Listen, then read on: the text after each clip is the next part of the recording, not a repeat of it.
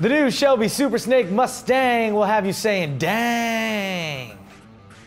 BMW is working on a hybrid with a massive fuel economy rating. Is Tesla working on a crossover? And you can remote control your Land Rover. Wait, what? Yeah.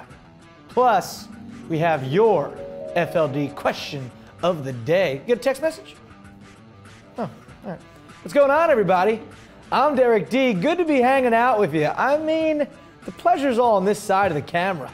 And you're watching Fastlane Daily. It's going to be a good time. It is.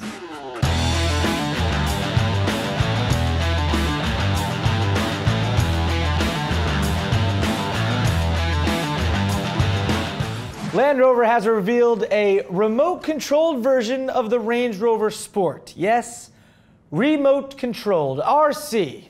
Using an app on a smartphone, a driver can control steering, acceleration, braking, and changing from low to high gear. So say you're going through some tough terrain, right? And you need to actually get out of the car and judge if you can make it over or not. Well, you can just whip out your iPhone or whatever smartphone, tap the app, and bam, you got an instant RC Range Rover. You're just controlling it like this, like it's a just giant remote control car. That's exactly what's happening. This technology would allow the driver to maneuver in tricky situations safely. Now, if there's a huge blizzard outside or something, okay, that's maybe a different story.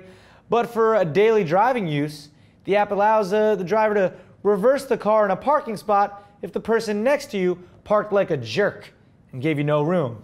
You know that person. Hate those people. Yeah, so you don't even have to get in your car. You just take your phone out, back it up. Sure. So that seems pretty useful in that sense. In future news, kid takes dad's phone to play Candy Crush, ends up driving his father's Range Rover into the neighbor's house.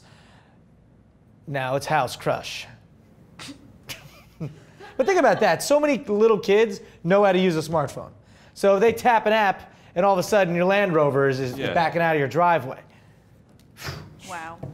Earlier this week, Tesla CEO Elon Musk, yeah, Muskosaurus Rex, that's right, he said the upcoming Model 3 will cost about 35 grand, which opens up the EV automaker to a huge new crop of customers. But check this out.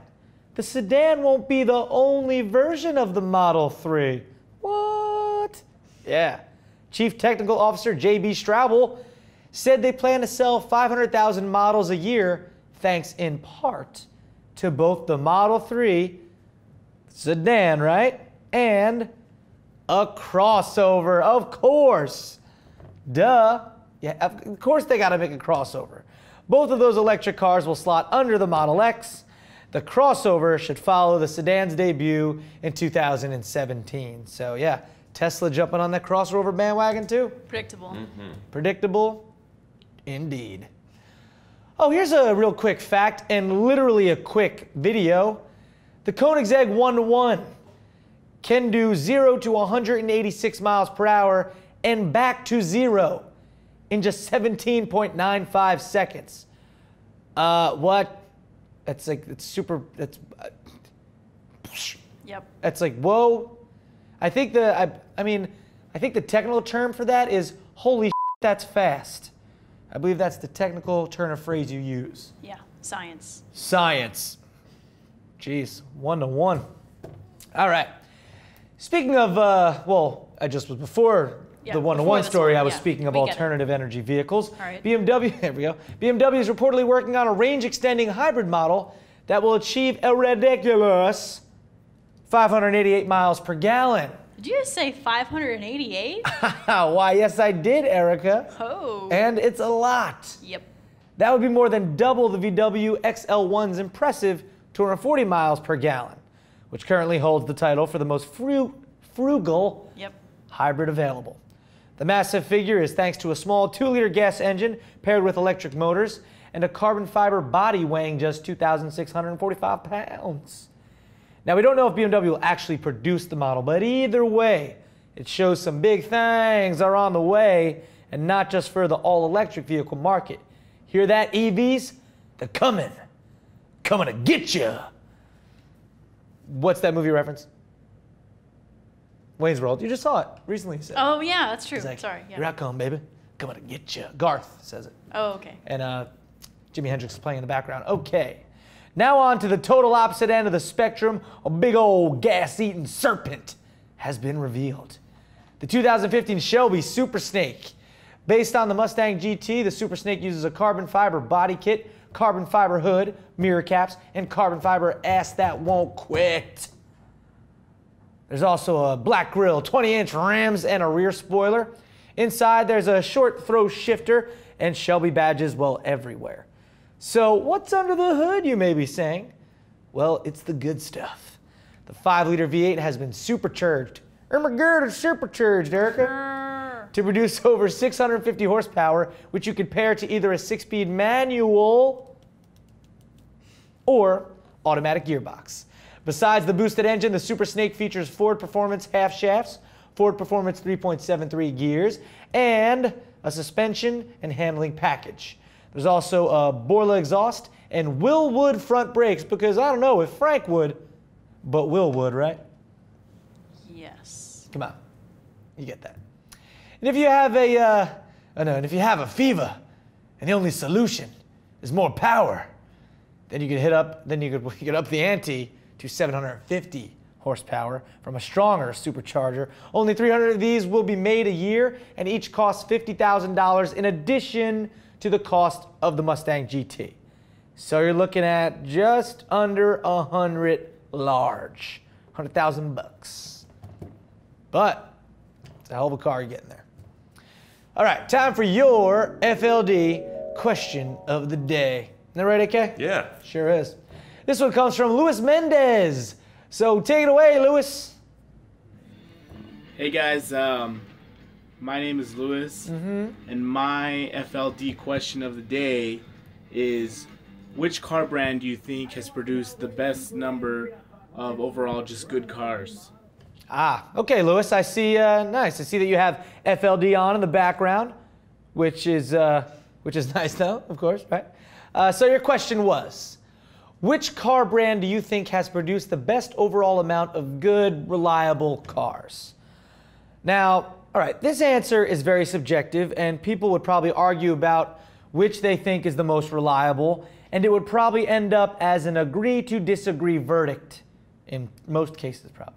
That being said, I'd like to ask you, Luis, what do you think is the most reliable? I say it's BMW. Let me know what you think. And oh yeah, just watching a little Fast Lane Daily back there. All right, nice. So in other words, you're watching some FLD back there, right? Right. You're watching some FLD back there. Okay, so you said BMW, and it looked like you had like a BMW puck or something there. I wasn't sure what that was. Maybe like you made that in like class or something. Looks like it could be made of clay. I'm not sure. Wow. All right, so before we tell you ours, let me just say that BMW does make great cars that can be very reliable. But that being said, here's just one example of it not. The N54 engine had a lot of issues. Some of them were wastegate failure in the turbo rattle, a lot of high pressure fuel pump issues, and fuel injectors were prone to failure. Those are just to name a few. If you bought a BMW with an N54 motor, your warranty was actually extended 8 years, because that's how many problems could go wrong with that engine. Not saying they definitely would. And that's just one example. And no, like I said, it doesn't mean that happened to every single N54 engine, of course. As I said, it's probably an agree to disagree issue here. Because I know some of you right now are thinking, oh, Doug, I have that engine, okay, but we get it. They don't make that engine anymore anyway. But what do we think? All right, well, let's go the factual route here. A Consumer Reports study has showed that on average, the most reliable car brands are Toyota and Lexus, which essentially is just Toyota because they own Lexus. Toyota is Lexus. They are one and the same. It's just a luxury brand. They also studied reliability in different categories, as to which Infiniti, Porsche, Honda, BMW, Mercedes, Subaru, and a few others were all on this list as well. So, what's my personal opinion? That was a little facts I gave him. Now here's goes a little personal opinion. Here's how I decide. Not just by what people tell me and what I know, but simply I'm just observant as I drive. And what I've observed over the years is that I've seen more older Toyotas and Hondas, I'm talking 80s and 90s model years, on the road than any other brand. That's just my personal observation, okay? You may even pepper in some Nissan as well. So there you go. That's what I think. You take it or leave it, Lewis.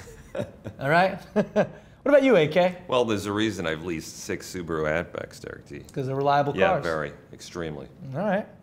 What about you, Erica? Well, I've had Layla for almost 10 years, and I've had almost no problems, so... So Nissan. A Nissan. All right. There you go. You got AK and Erica's opinion as well. So, yeah, thank you very much, Lewis. And we'd like to know what you guys think about the question. Use hashtag FLD, Q of the D. And, of course, you could send a video in like Lewis did to tips@fastlanedeli.com. with authority, AK. And we prefer a YouTube link. That's just works out better for us. All right?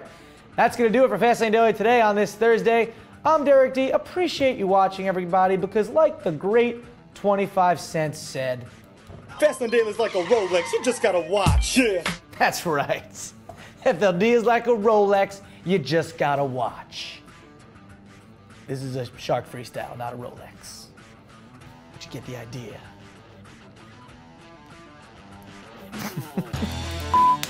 There's been a giant recall of Subarus. Just kidding. Just kidding.